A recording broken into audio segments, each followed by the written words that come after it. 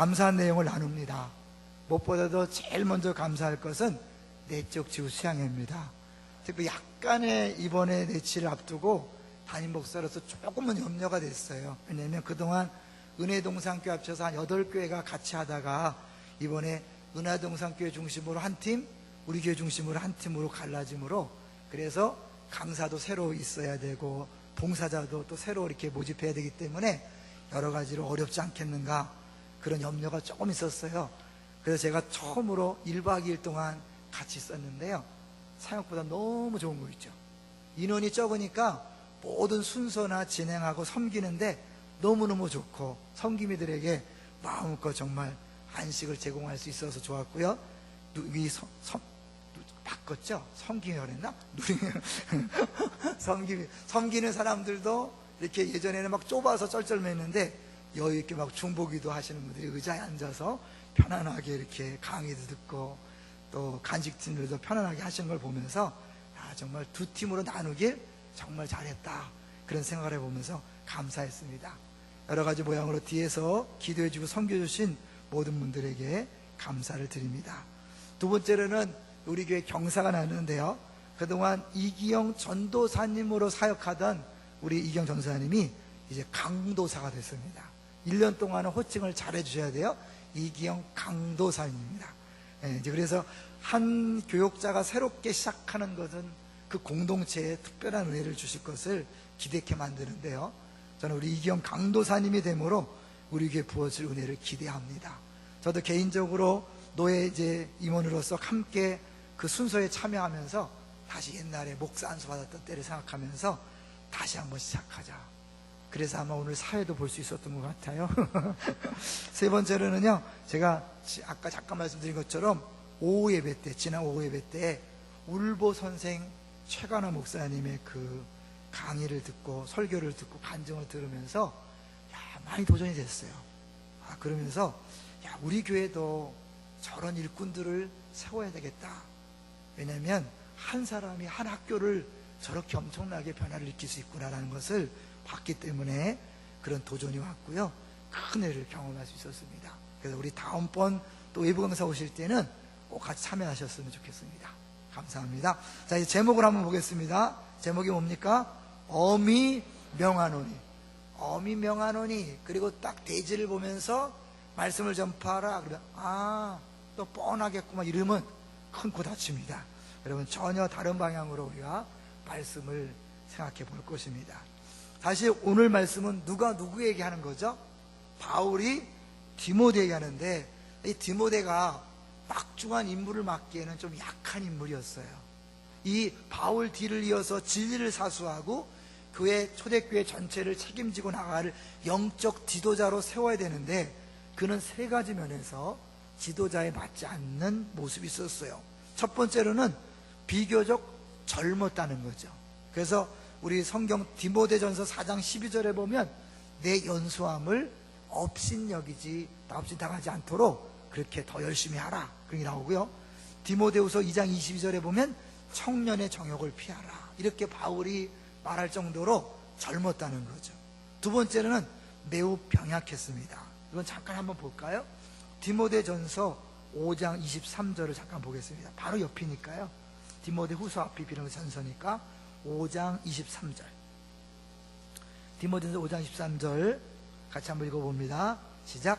이제부터는 물만 마시지 말고 내 위장과 자주 나는 병을 위하여는 포도주를 조금씩 쓰라. 내 위장과 자주 나는 병을 위하여. 그러니까 병치레를 많이 하는 거죠. 쉽게 골골하고 병이 많은 그런 사람이었어요.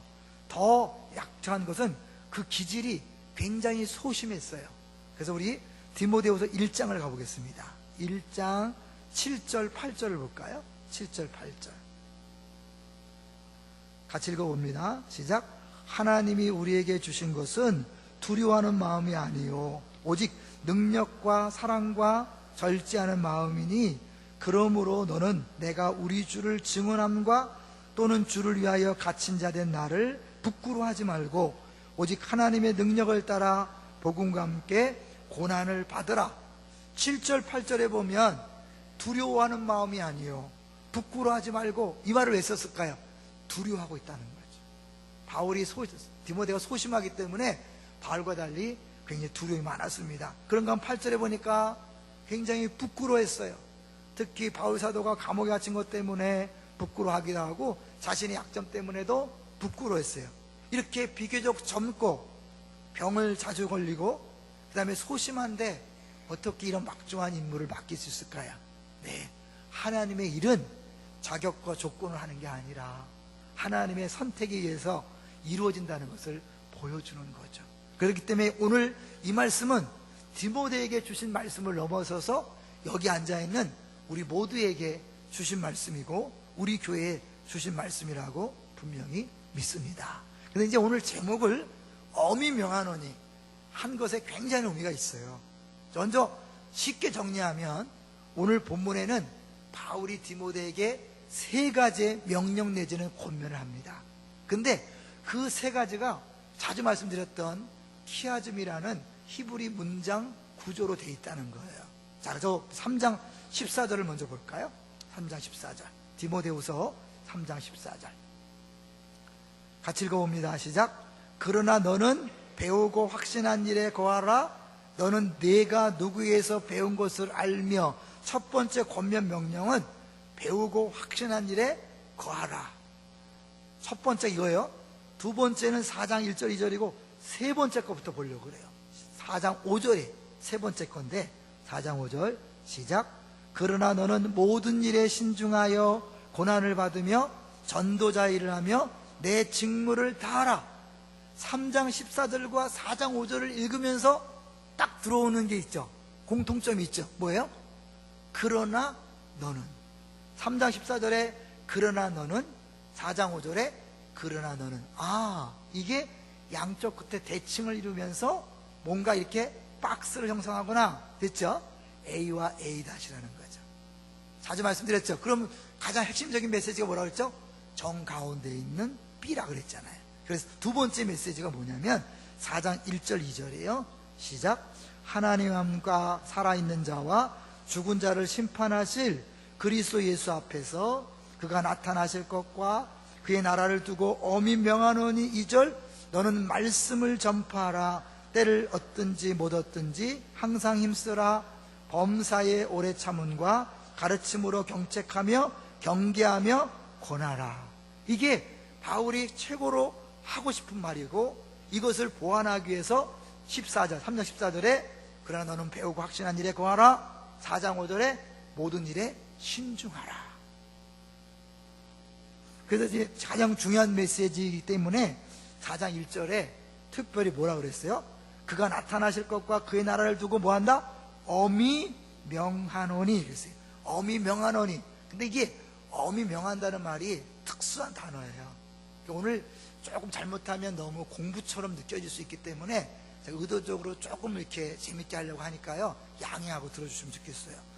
엄히 명한다는 단어를 쓰인 헬라어가 신약에 총 15번이 사용됐는데 그 중에 3번이 디모데 전후서에 사용됐어요. 여기서는 엄히 명하노니라고 번역됐는데 나머지 12개는 뭘로 번역됐을까요?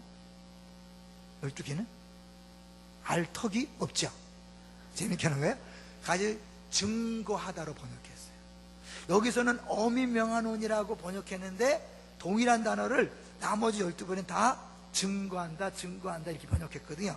대표적인 것이 사도행전 20장 24절 주 예수께 받은 사명 곧 하나님의 은혜의 복음을 증거하는 일을 마치려 하면, 그 증거할 때가 동일한 단어예요. 그러니까 엄히 명한다와 증거한다. 왜 다르게 번역했을까? 결국 다르지만 같은 의미라는 거잖아요. 그래서 그거를 하다 보면 이 엄히 명한다는 것은 하나님의 메시지와 뜻을 깨닫게 해야 할 의무에 강조점을 두고 있는 거죠. 다른 말로 말하면 이거는 이 바울의 말이 아니라 하나님께서 바울을 통해서 디모데에게 말하는 거예요. 그러니까 바울이 복음을 증거하지 않으면 안 되는 것처럼 이 명령을 디모데에게 안 하면 안 되는 거예요. 그러면요, 하나님이 디모데에게 직접 말씀하셔서 바울도 하나님이 가라사대 디모데야 이렇게 하라 그랬다 이렇게 말하지 않고 내가 엄히 명하노니 왜 이렇게 말했을까요? 이것이 기독교의 신비고 복음을 전하는 하나님의 방식이며 제자도의 그런 방식이에요. 하나님이 직접 하는 게 아니라 사람을 통하여 복음을 전달하고, 사람을 통하여 제자도를 전달하고, 사람을 통하여 말씀을 전달해서 우리도 그 중간 역할을 해야 된다는 것을 보여주고 있는 거예요. 그건 뭐냐면 결국 이 엄히 명하노니라고 말하려면 그 말하는 사람이 그 메시지에 걸맞는 삶을 살아야 된다는 거예요. 이게 중요해요. 하나님이 직접 한다면 우리에게 그런 부담이 없지만 우리에게 그 일을 맡기기 때문에 우리는 복음을 전하고 말씀을 전하되 말로만 전하는 게 아니라 우리의 삶이 그 말씀대로 사라져야 그것이 가능하다는 거예요. 이건 누구에게 한 게 아니라 모든 사람에게 주어진 사명인 거예요. 우리 자녀들에게 우리 부모가 그 일을 해야 되고, 우리 주일학교 학생들에게, 어린이들에게 그 일을 해야 되고, 다음 세대 처음 믿는 사람들에게 우리가 그렇게 해야 돼요. 내가 말씀을 전하지만 나 그렇게 못 살아, 그렇지만 너 나 보지 말고 말씀 보고 그렇게 살아, 아니라는 거예요. 내가 그렇게 살아야 된다는 거예요. 그래서 바울은요, 오늘 본문 3장 14절과 4장 5절이 그러나 나는으로 딱 잡혔잖아요. 그 앞에 3장 14절 앞에 내용과 4장 5절 그 뒤에 내용이 바울에 관한 내용임을 보여주고 있어요. 볼까요? 자, 이제 10절 보세요. 3장 10절. 좀 어렵더라도 이 대단한 걸 얘기한다 생각하시고 잘 들어주세요. 10절 읽어볼까요? 시작. 나의 교훈과 행실과 의향과 믿음과 오래 참음과 사랑과 인내와 박해를 받음과 고난과 또한 안디옥과 이고니온과 르스드라에서 당한 일과 어떠한 박해를 받은 것을 내가 과연 보고 알았거니와 주께서 이 모든 것 가운데서 나를 건지셨느니라. 무릇 그리스도 예수 안에서 경건하게 살고자 하는 자는 박해를 받으리라. 왜 이 얘기를 했을까요? 너 나 봤지? 내 고난 받는 거 봤지? 주님이 건지시는 거 봤지? 그런 내가 너에게 전한 내용이야. 자, 그래서요 14절 다시 천천히 보시면 바울 사도가 디모데에게 너는 배우고 확신한 일에 거하라 그러면서 네가 그 확신해야 되는 근거를 두 가지로 말하는 거예요. 두 가지로. 다 천천히 볼까요? 14절 시작. 그러나 너는 배우고 확신한 일에 거하라. 너는 내가 누구에게서 배운 것을 알며. 첫 번째 근거는 뭐예요? 네가 누구에게서 배웠지? 누구에게서 배운 거예요? 바울에게 배웠잖아요. 근데 그 바울은 누구예요? 10절부터 12절까지 네가 다 본 대로 그 말씀에 따라 복음에 따라 고난받고 견디고 오래 참고 결국 주님께서 지켜주셨다. 누구랑 비교하라는 거죠? 그 13절에 악한 사람들과 속이는 자들은 더 악하여서 그 거짓 교사들, 초대교회를 괴롭혔던 가짜들과 비교하는 거예요. 가짜들은요 자기 욕심을 갖고 살아가기 때문에 고난 받을까요 안 받을까요? 절대 안 받는다는 거죠.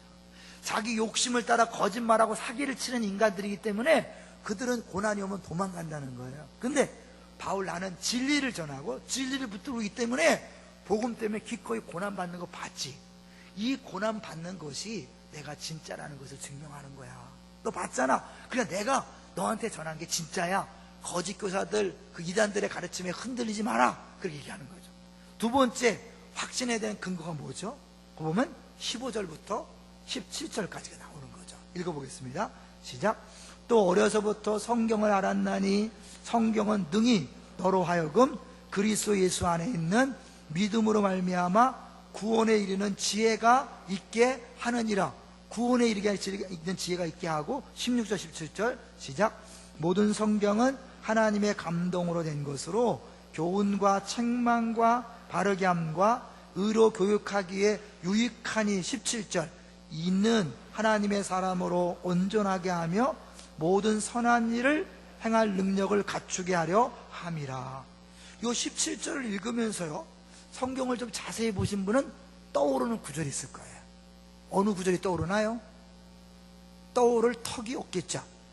재밌게 괜히 기분 나빠하지 마세요. 워낙 오늘 공부처럼 보이기 때문에 제가 그렇게 하는 거예요. 에베소서 4장 11절로 가볼게요.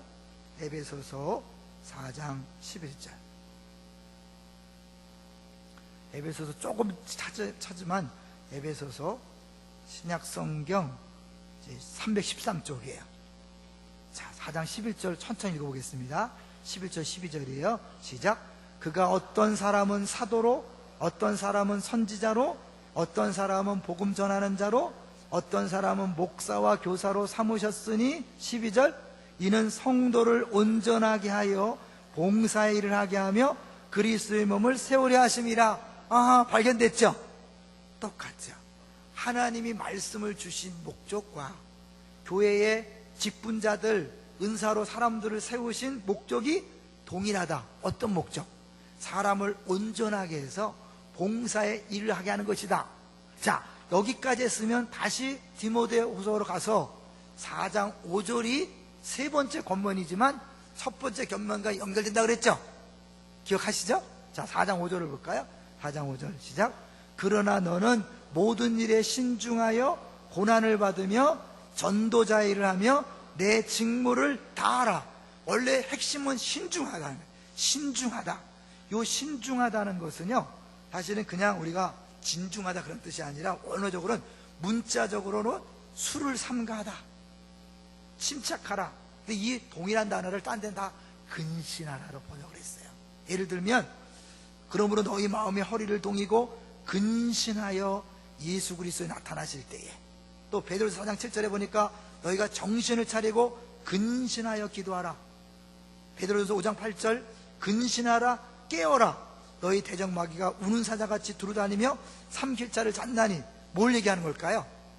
결국 이것은, 신중하다는 것은 조심하라는 게 아니라 깨어서 정신을 차리고, 그리고 어떻게 해요? 이제 싸울 준비를 하고 그러는 거죠. 그래서 고난을 각오하면서 내 직무를 다해야 되는데, 그 직무의 목적이 뭘까요? 그 직무를 다하는 궁극적인 목적이 뭘까요? 첫 번째 명령하고 연결된다 그랬잖아요. 아까 오중직, 우리는 이제 우리 오중 사역으로 그렇게 하고 있잖아요. 결국 사도로, 선지자로, 목사로, 교사로, 복음전하자 세우신 목적은 사람을 온전케 하는 것이다. 결국 4장 5절에 전도자 일을 하며 내 직무를 다하라. 그러니까 첫 번째와 세 번째가 결국 하나로 모이잖아요. 뭐예요? 사람을 온전하게 세우는 것. 그리스도의 일꾼으로 세우는 것이 첫 번째와 세 번째의 명령인 거죠. 근데 이것을 위해서, 이렇게 하기 위해서 진짜 중요한 게 뭐냐면 두 번째 바로 4장 1절과 2절이에요. 자, 여기 읽어보겠습니다. 4장 1절과 2절 시작. 하나님 앞과 살아있는 자와 죽은 자를 심판하실 그리스도 예수 앞에서 그가 나타나실 것과 그의 나라를 두고 엄히 명하노니. 2절. 너는 말씀을 전파하라. 때를 얻든지 못 얻든지 항상 힘쓰라. 범사의 오래 참음과 가르침으로 경책하며 경계하며 권하라. 우리는 단순히 말씀을 전파하라만 보지만 요 2절 안에 5개의 명령이 들어있어요. 뭘까요? 첫 번째, 말씀을 전파하라. 두 번째, 항상 힘쓰라. 세 번째, 경책하라. 네 번째, 경계하라. 다섯 번째, 권하라. 그리고 재미난 것은 왜 복음을 전파하라, 하나님 나라를 전파하라 하지 않고 거기서 말씀을 전파하라 그랬을까요? 예수님은 천국이 가까웠다, 이게 복음은 하나님 나라를 전파했고, 바울은 주로 복음 전파에 대해서 강조했었는데 왜 여기에서는 말씀을 전파하라 그랬을까요? 이거는 모든 말씀 전체를 이야기하는 것으로 결국 뭐예요? 단순히 복음을 전하고 전도해서 외부에 나가서 노방전도해서 그것을 넘어서서 전도한 사람을 양육하고 가르치고 권하고 경계해서 온전한 그리스도인을 만드는 일이 필요하기 때문에 말씀을 전파하라 하면서 5개의 명령을 같이 준 거죠. 항상 힘쓴다. 때를 얻든지 못 얻든지 힘쓰는 건 뭐예요? 늘 조심하고 준비하다가 어떤 경우에든지 복음을 전하고 말씀을 가르치라 그런 거죠. 세 번째, 경책한다는 게 뭐냐면 한번 참고적으로 들어주세요. 도덕적이고 지적인 오류를 피하도록 하는 것에 관계되는 거죠. 잘못 알고 있는 거죠. 엉뚱한 짓을 하는 것을 피하도록 계속해서 이렇게 경책하는 것이고, 그 다음에 경계한다는 건 뭐냐면 악행을 줄이거나 중단하도록 꾸짖어야 돼요. 사실 설교 시간에 꾸짖는 것도 필요하거든요. 앞으로 좀 꾸짖어도 이해해 주세요. 그러나 내 감정을 꾸짖지 않도록 기도해 주세요. 사실은 너무 잘 될 것입니다, 복 받을 것입니다, 문제 없습니다, 이건 아닌 거예요. 경계도 필요한 거죠. 마지막으로 권하는 건 뭐냐면 적절한 방식으로 행동하도록 독려하는 것입니다. 권면하고 위로하고 격려하는 거죠. 그러니까 이 모든 것들 5개가 다 필요하다는 거예요. 잘 기억하세요. 우리가 잘못하면요, 말씀을 강조하는 사람들이 빠지는 오류가 뭐냐면 말씀이면 다 된다. 근데 맞아요. 말씀이면 다 되지만 그 말씀이 잘 적용되고 풀이되기 위해서, 해석되기 위해서 다양한 때로는 행사나 프로그램이 필요한 거예요. 우리 교회에서 하는 양육이나 내적 치유 수양의 생수의 강의 뭘 얘기하냐면, 알겠지만 귀로 듣는 복음을 눈으로 보고 직접 체험하는 거예요. 여러분, 우리가 하나님 당신을 사랑합니다, 사랑하십니다 아무리 들어도요 잘 느껴지지 않아요. 근데 1박 2일 동안 섬기미들이 섬겨주고 기도해주고 말씀으로 간식으로 은혜로 하나님이 계속 공급하시면서 깨닫게 될 때, 아, 난 진짜 예수님 짤이구나, 난 정말 사랑받는 존재구나, 지금 사랑받는 게 아니라 과거부터 미래까지 사랑받는 존재구나 알게 되는 거예요. 그런 영상이 한번 딱 잡히면요, 이제는 뭐예요? 교회 와서도 무슨 말씀 들어도 사랑하면 딱 떠오르는 거죠. 생수의 강은 섬김이라는 그림을 보여주는 거예요. 3박 4일 동안 섬김들이 자기 생활을 다 내려놓고 와서 전적으로 나를 위하여 섬겨주는 모습 보면서 섬김이라는 게 저런 거구나. 우린 말로만 섬김이지 섬깁니까? 안 하잖아요. 본 게 없으니까. 그것들을 눈으로 보고 체험하도록 하는 거죠. 이런 게 필요한 거예요. 마찬가지로 때로는 우리가 어떤 행사들을 통하여 사람들에게 사랑이 뭔지, 섬김이 뭔지를 가르쳐주는 게 필요한 거예요. 왜? 사람들 수준은 다 달라요. 그 다음에 느끼는 게 다 달라. 어떤 사람 지적인 사람, 정적인 사람, 의지적인 사람 다 다르기 때문에 그들에게 온전한 말씀을 가르치고 깨닫게 하기 위해서는 다양한 것이 필요하다는 것을 보여주는 거죠. 그러니까 말씀을 전파하라, 끝낼 수 있지만 말씀을 전파하라, 항상 힘쓰라, 경책하라, 경계하라, 권하라, 이것을 할 때 꼭 중요한 게 뭐냐면 범사에 오래 참음과 가르침을 하라는 거예요. 범사에 오래 참음과 가르침으로. 사실은 이거는 3개만 관리는 게 아니라 5개 다 말씀을 전파하고 항상 힘쓰고 경책하고 경계하고 견할 때 그 기본 자세는 오래 참는 거예요. 그리고 잘 가르치는 거예요. 내적 치유수양에 갔다 와서 간증문을 이렇게 보면요, 많은 경우에 이런 고백이 있어요. 1단계 갔을 때는 아무것도 몰랐다, 은혜 받지 못했다, 그래서 나 그만뒀다, 몇 년 그만두신 분도 있어요. 그러다가 다른 사람이 억지로 권유해서 3단계 가서 들어갔더니 달랐다, 이렇게 얘기하는 거죠. 그러니까 사람은요 그냥 놔두면 잘 안 돼요. 옆에서 위로해주고 격려해주고 때로 세게 꼭 참여하십시오, 참여해야 됩니다, 이렇게 했을 때 주님을 만나고 변화되는 거죠. 이 일을 위하여 성경을 줬고 사도와 선지자와 목사와 교사와 복음 전하는 자, 우리 모든 성도를 우리에게 허락하신 줄로 믿습니다. 그러니까 이게 같이 가는 거예요. 같이. 그냥 어느 하나만 강조하면 안 돼요. 이 교회가, 성경이, 신학이 이런 것들이 편협한 게 아니에요. 이 이단들은 사실 뭐냐면 새로운 얘기를 하는 것 같이 얘기해요. 왜? 사람들이 귀를 만져주거든요. 자, 볼까요? 3절 보세요. 3절 보면 이단과 거짓 교사들이 하는 짓이에요. 3절 시작. 때가 이르르니 사람이 바른 교훈을 받지 아니하며 귀가 가려워서 자기의 사욕을 따를 스승을 많이 두고, 뭐예요? 귀가 가렵다는 건 뭐냐면 귀에 솔깃하는 거예요. 사람들이요, 새 것을 좋아합니까? 오래된 것을 좋아합니까? 거의 대부분 새로운 것을 좋아해요. 그러다 보니까 이단들이 우리 특별 계시를 받았다, 직통 계시를 받았다 그러면서 새로운 것을 얘기하면서 우리만이 진짜 복음을 알고 우리만이 진짜다, 기존교회들을 막 욕해요. 여러분 조심하세요.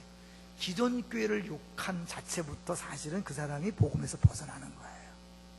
우리가 실제로 정말 귀한 걸 깨달았다 해도 다 성경 안에 있는 거예요. 믿습니까?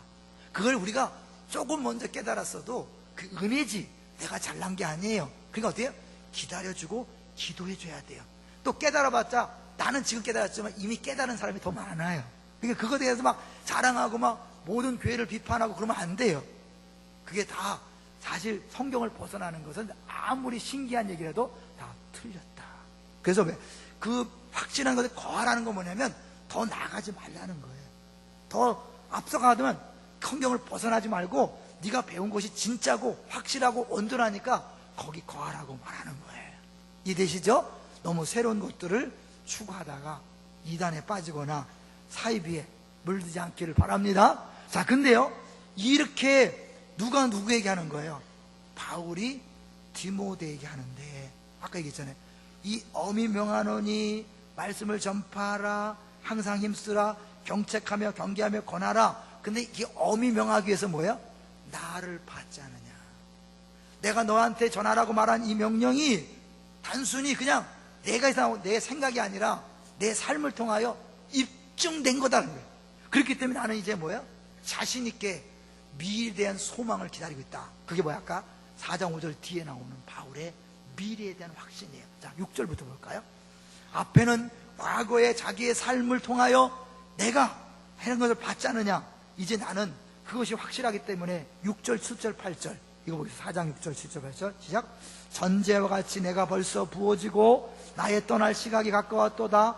나는 선한 싸움을 싸우고 나의 달려갈 길을 마치고 믿음을 지켰으니 이제 후로는 나를 위하여 의의 면류관이 예비되었으므로 주 곧 의로우신 재판장이 그날에 내게 주실 것이며 내게만 아니라 주의 나타나심을 사모하는 모든 자에게도니라. 내가 분명하게 확실히 진리의 길을 갖고 이것이 진짜이기 때문에 나는 이제 미래에 대하여 두려워하지 않고 기대감을 가지고 기다리고 있다. 그러니 너 하나님이 나를 통하여 말하는 내가 어미 명하노니 이 말을 흔들지 말고 지키고 거기서 그렇게 살아라. 저는 이 말씀을 준비하면서 두 사람이 생각났어요. 한 사람은 오늘 동백동산교회라고 첫 예배를 드립니다. 저하고 아주 친한 목사가 한 1년 동안을 너무 교회에서 힘들었어요. 너무 괴롭히는 사람들 때문에 힘들었는데 사실 그 힘든 과정 속에서 대항하지 않고 악한 방법으로 싸우지 않고 그냥 참았어요. 그때 이 목사님 편을 드는 사람들도 얘기를 했어요. 목사님 너무 그렇게 참고만 계시면 어떡합니까? 뭔가를 보여주시고 세게 나가십시오. 같은 편에는 사람이 얘기하는 거야. 목사님인가? 아니라고. 참고 계속 반응하지 않고 기다렸어요. 그리고 1년이 지나면서 잘 해결돼서 이제 노회에서 다 인정하는 조직교회로 그대로 분립도 아니고 조직교회 실제적인 교회가 이렇게 이동하는 것처럼 하고 여기는 그냥 잔류파들만 좀 반대파들과 잔류파만 남고 오늘 동백동산교로 이렇게 예배를 드리는데 제가 그 과정을 보면서 다 봤잖아요. 1년 동안 봤잖아요. 그래, 목사가 저래야지. 목사가 막 싸우고 다투고 세게 나갔다면요 사실은 당장은 이길지 모르지만 결국 목사가 설교한 모든 것들이 다 꽝이 되잖아요. 그렇게 한 1년 가 됐을 때 같은 편에 서서 목사님 세게 나가야 됩니다, 본때를 보여야 됩니다 하던 분들이 나중에 뭐냐, 목사님 옳았습니다, 목사님이 참으셔서 잘 참으셔서 이렇게 됐습니다. 오히려 그들이 그 결과를 보고 인정을 하더라는 거죠. 여러분, 이 바울 사도가 고난을 당했지만 결국 하나님이 건지셨다고 말하잖아요. 사실 우리가 지금 당하는 고난 사실은요 하나님이 당장에 해결해 줄 수 있지만 그 고난을 벗어나는 것만이 하나님 뜻이 아닌 거예요. 그 고난 속에서 어떻게 믿음으로 살고 어떻게 복음으로 이겨내고 어떻게 말씀으로 반응하는가를 보여주는 거예요.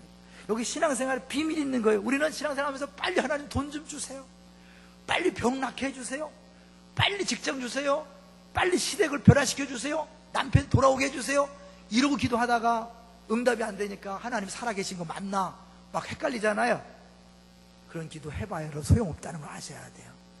하나님은요 여러분을 누군가에게 어미 명하노니 하고 하나님 대신에 이 말씀을 전해줄 통로로 쓰시기 위해서 여러분의 그 전하는 말이 신빙성이 있고 인정할 만한 할 수 있도록 그 고난 속에서 아픔 속에서 말씀대로 사는 모델이 되기를 원하시는 거예요. 할렐루야. 근데 그걸 여러분이 안 하고 계속 하나님 빨리 해결해 주세요 하면 해결도 안 되고 여러분이 할 일도 못하는 거예요. 지난주 설교랑 연결해 보세요. 바벨론에 가서 독립을 선포하고 독립전쟁을 하는 게 아니라 70년 동안 거기서 장가가고 시집가고 밭을 갖고 하라 그랬잖아요. 여러분의 그 시댁의 어려움 해결해 달라고 기도하면서 힘들어하지 마시고 거기서 말씀대로 사는 모습을 보여주십시오. 괴롭히고 핍박하는 그들에게 말씀대로 사는 법이 무엇인지 보여주십시오. 그 직장생활가 괴롭히면 그들하고 싸우지 말고 그들에게 보여주십시오. 인간관계의 어려움 속에서 애매하게 비난하고 뒤에서 뒷담화하고 막 시기하고 질투하는 사람에게 같이 싸우지 말고 믿음으로 사는 법을 보여주십시오. 그걸 보고 있는 사람들이 있는 거예요. 여러분, 자녀들이 집에서 보고 있습니다. 믿음의 후배들이 보고 있습니다. 주일학교 학생들이 보고 있습니다. 그걸 보고 있다가 우리가 그런 삶을 살면서 너 말씀대로 순종해라, 말씀을 전파해라, 네 역을 다해라, 그럴 때 우리의 삶이 그들에게 확신을 심어주는 줄로 믿습니다. 그 얘기인 거예요. 내가 그렇게 살지 않으면서 애들한테 교회 가라, 말씀대로 살아라, 아무 소용없는 거예요. 주일학교 교사, 직분자, 심지어 목사, 아무리 설교하고 아무리 가르쳐도 그렇게 살지 않으면 아무 소용이 없는 거예요. 이게 하나님 나라의 놀라운 비밀이, 여러분 지금 그곳에서 잘 버티시기를 주 이름으로 축원합니다. 계속 고난 얘기하잖아요. 선한 싸움을 싸우라, 고난을 견뎌라, 이겨내라. 하나님의 때가 되면 우리 그 김모 목사처럼 1년 뒤에 해결할 수 있고, 어떤 사람은 5년 뒤, 10년 뒤에 해결할 수 있는 거예요. 그러나 그것이 망하는 것도 아니고 잘못된 것도 아니고 여러분의 잘못도 아닌 거예요. 그 고난 속에서 이겨내기를 주님이 원하셔서 거기에 심어놓은 줄로 믿습니다. 한 명만 더 얘기하고 마치려고 그래요. 아까 소개했던 지난 주일 오후 예배에 있었던 최가나 목사님, 그분은 원래 목사님이 아니었었어요. 울보 선생님으로 유명해졌어요. 거기 죽어가는 아이들을 붙잡고 울면서 기도했고, 그 방황한 아이들을 붙잡고 울면서 기도한 거죠. 이런 일이 있었대요. 그 학교에서 가장 문제 있는 애들만 한 반을 모아놓고 그들을 섬기면서 그들을 변화시킨 그런 간증도 있어요. 근데 이분이 믿지 않은 학교에서 그냥 기도하는 거예요. 기도하다가 하나님 말씀하시면 순종하는 거예요. 제가 그 간증을 들으면서요, 저는 경안고등학교가 떠올랐어요. 제가 경안고등학교 교사들 예배를 오랫동안 섬기면서 그 영훈고등학교에서 하는 모든 활동을 경안에서 다 하고 있거든요. 근데 조금 차이가 뭘까? 그거는 경안에 좋은 선생님들이 많지만 그 최가나 목사처럼 목숨 건 1인이 없다는 거예요. 그 한 사람.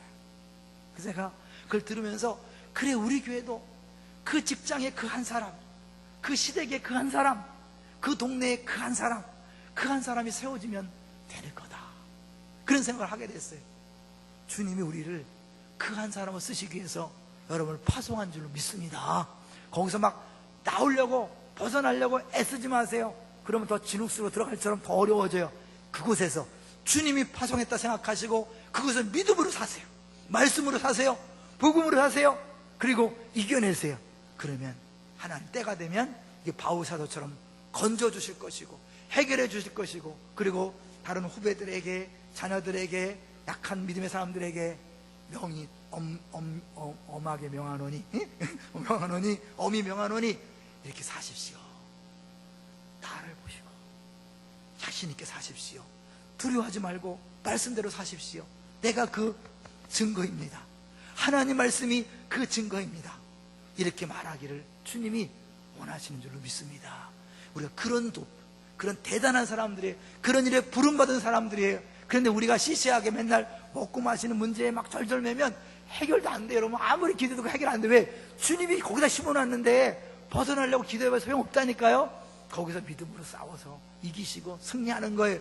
또 다른 가난한 사람, 또 다른 병든 사람, 또 다른 시댁에 고생하는 사람, 또 다른 직장에서 고통당하는 사람들에게 믿음을 사는 모델이 되어서 내가 살아왔다, 이제 엄히 명하노니 믿음으로 살아라, 말씀에 순종해라 라고 했을 때 주님의 나라는 확장될 줄로 믿습니다. 이 일들을 하기로 작정하십시오. 결단하십시오. 그런데 그렇게 되면 어떻게 해요? 할 수 없잖아요. 디모데가 할 수 있겠어요? 없으니까 우리 기도하는 거죠. 우리가 매번 읽는 것처럼 주님이 파송할 때 그냥 혼자 보내지 않습니다. 성령을 받아라. 구하는 자에게 성령을 주지 않겠느냐. 내가 이 일을 부름받았다는, 이 직무를 맡았다는 이 일에 하나님께서 쓰신다는 사실을 기억하고, 주님, 내가 할 수 없습니다. 주님, 은혜가 필요합니다. 성령이 필요합니다.